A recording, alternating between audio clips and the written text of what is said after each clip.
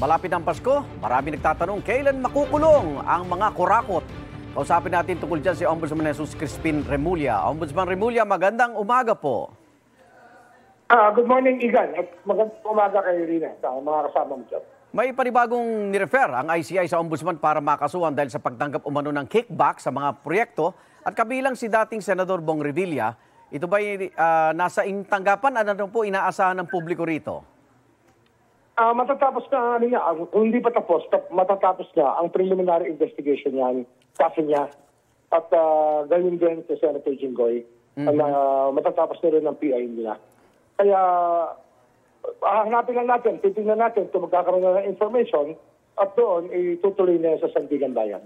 Binanggit kayong timeline dati, December 15. Nasusunod pa rin po ba yun, Ombudsman?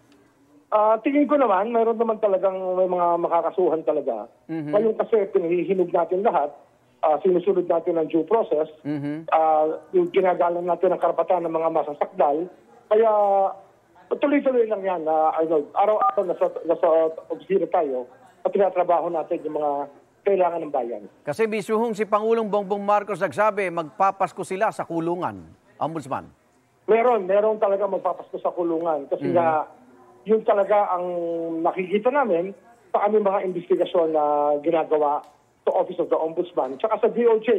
Ang DOJ po ay marami rin po silang kasong tinatapos at mapapile na rin po yung mga kaso nila. Opo. Sa kampanya ng katiwalian, reaksyon po, Ombudsman Remulla, sa pagbibitiw bilang commissioner ni dating Secretary Babe Singson sa ICI.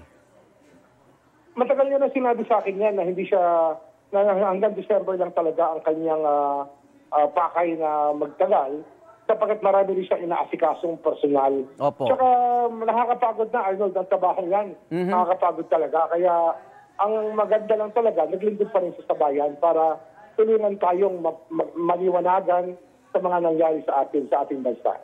Nakikita ba natin yung direksyon na matigil ang ICI at ibigay na po sa inyong lahat sa Ombudsman, Ombudsman Remulla?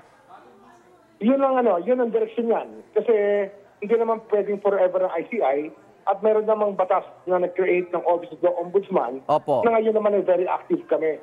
At itong susunod na taon ay marami tayong kukunin mga batang abogado na siyang magmamana ng mga problema na pinakailangan ayusin natin sa ating bayan. Aabutin pa ho ba next year ang ICI, Ombudsman, sa tingin nyo? Tingin ko mga 1-2 buwan na lang yan. At maaari na i-turn over sa amin lahat ng kanilang mga tinabaho at makakatulong yan sa aming gawain. Opo. Sapagkat yung kanilang pag-apura at pagtitingin sa mga ebidensya ay makakatulong sa amin ng mahigit. Opo, sa mga hinahabol po natin, may mga dagdag ebidensya ang ICI kina dating Congressman Saldico at 7 iba pa. Kamusta na po? At okay naman. At yun naman ay naka-assign na sa ating mga field investigators. No? Opo. Meron tayong mga field investigators at fact-finding teams na gumagawa ngayon ng mga pagkalat ng ebidensya at pag-validate ng lahat ng binigay sa atin. Ombudsman Remulla, reaksyon lang po. Hindi na pumapasok si Senador Bato de la Rosa sa Senado simula nung sabihin mong may kopya ka ng warrant of arrest mula sa International Criminal Court laban sa kanya. Yun nga doon ako nagtataka kasi ano mo naman, ang trabaho ko, accountability. Di ba? Ang accountability of public officers po, ang trabaho ng ombudsman. Kaya yan po inabiso sa akin, kaya lang hindi ako binibigyan ng kopya kasi yan po ay dapat sa Executive Department dadaan, hindi po sa akin. Opo. So yung hawak nyo, unofficial po yan? Unofficial copy po. Opo. At aabutin ba siya next year bago arestuhin? Hindi ko alam Kasi depende ho yan sa ICC. At niliwanag ko na yan sa mga kumakausap sa ICC. At ang sabi nga sa akin ay intay-intay lang sapagkat meron doon sila tinatapos upang pwede nilang i-serve ang warrant. Opo. Maraming salamat, Ombudsman Jesus Crispin Remulla. Maraming Ingat po. salamat, Igan. At, Thank you. Happy anniversary sa inyo. Ay, salamat po. Salamat.